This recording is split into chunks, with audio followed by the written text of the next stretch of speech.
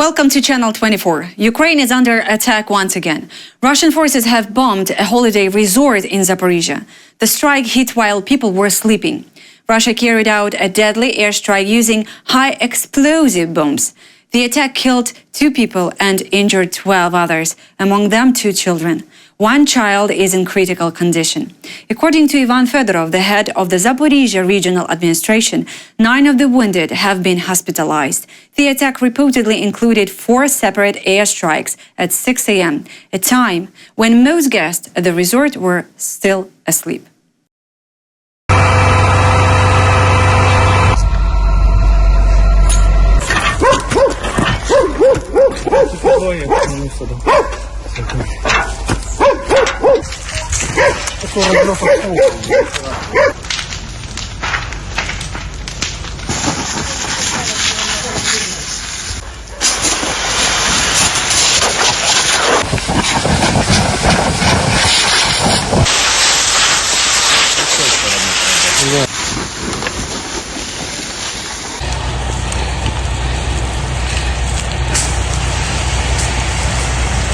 As Ukrainian civilians continue to suffer from missile and bomb strikes, international diplomatic pressure mounts, but will it bring peace?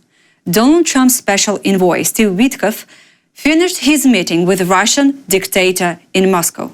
Trump had previously warned that if Vladimir Putin does not agree to stop the war, Washington will introduce severe new sanctions. According to sources cited by The Guardian and Financial Times, the decision will hinge on Witkoff's mission. If he returns empty-handed, Trump will be furious, one source said. Meanwhile, Trump has already hinted at targeting Russia's so-called shadow fleet, oil tankers used to skirt existing sanctions. Such a move would mark the first fresh U.S. sanctions against Russia since Trump returned to office in January. President Volodymyr Zelenskyy has confirmed a direct phone conversation with President Trump. Speaking in his evening video address, Zelenskyy said that the U.S. president is fully informed of Russian strikes and the situation on the battlefield. We have already tried many different formats: how to stop the fire, how to stop the killings. We talked and offered Russia silence in the sky, the absence of such missile and drone strikes, and in general on civilian infrastructure, and specifically the absence of strikes on the energy sector. All this was violated by the Russians. The Ukrainian president said that he and Trump discussed looming U.S. sanctions, which Trump is expected to announce on Friday, unless Russia halts the fighting. The two also touched on plans for bilateral drone production between Ukraine and the United States. Despite weeks of diplomacy, there has been no breakthrough.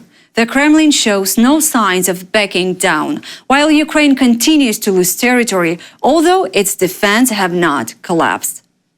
In a significant shift, Russia has officially withdrawn from its voluntary moratorium on deploying intermediate and short-range missiles.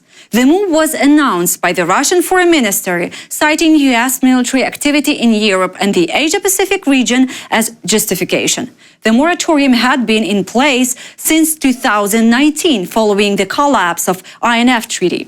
This announcement comes just days after President Trump ordered 2 additional nuclear submarines into global waters, a move widely seen as a response to threatening social media posts by Dmitry Medvedev, Russia's former president. Meanwhile, just 4 days before scrapping the moratorium, President Putin announced the deployment of the new Oreshnik missile system, a medium-range ballistic missile complex. According to Russian sources, the missile was tested in November 2024 and struck the Ukrainian city of Dnipro from a range of 800 kilometers. Analysts saying this cancellation of the moratorium is a direct consequence of the Oreshnik's production and deployment. As Washington pauses its own weapons deliveries, European allies are stepping in. 4 European nations are now purchasing nearly $1 billion worth of U.S. military equipment for Ukraine. The Netherlands became the first NATO country to join this new procurement mechanism. The initiative is part of what NATO calls the Prioritized Ukraine Requirements List, or PURL. Secretary General Mark Rutte has encouraged other allies to contribute urgently. Rutte said This is about getting Ukraine the equipment it urgently needs now to defend itself against Russian aggression. This is about getting Ukraine the equipment it urgently needs now to defend itself against Russian aggression.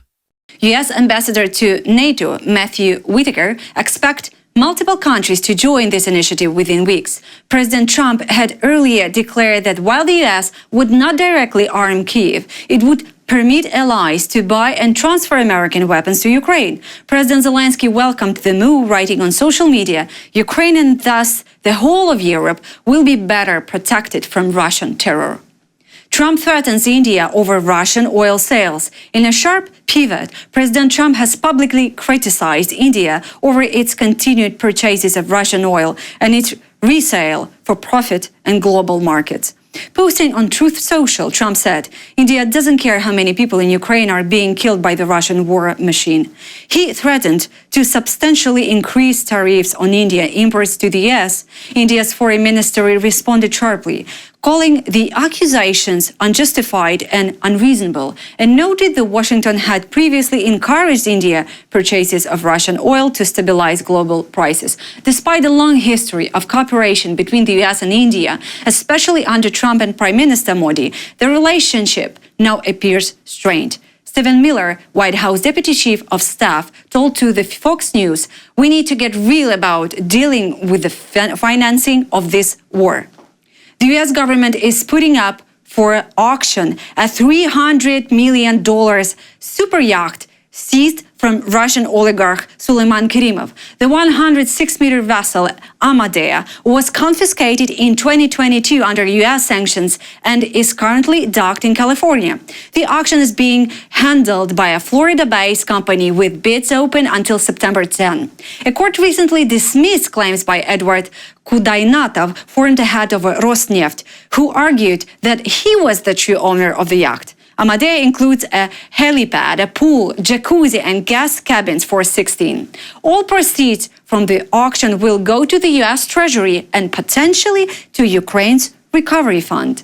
That's all for now. I'm Natalia Lutsenko. For more international update, investigations, and frontline coverage, please subscribe to our channel. See you next time.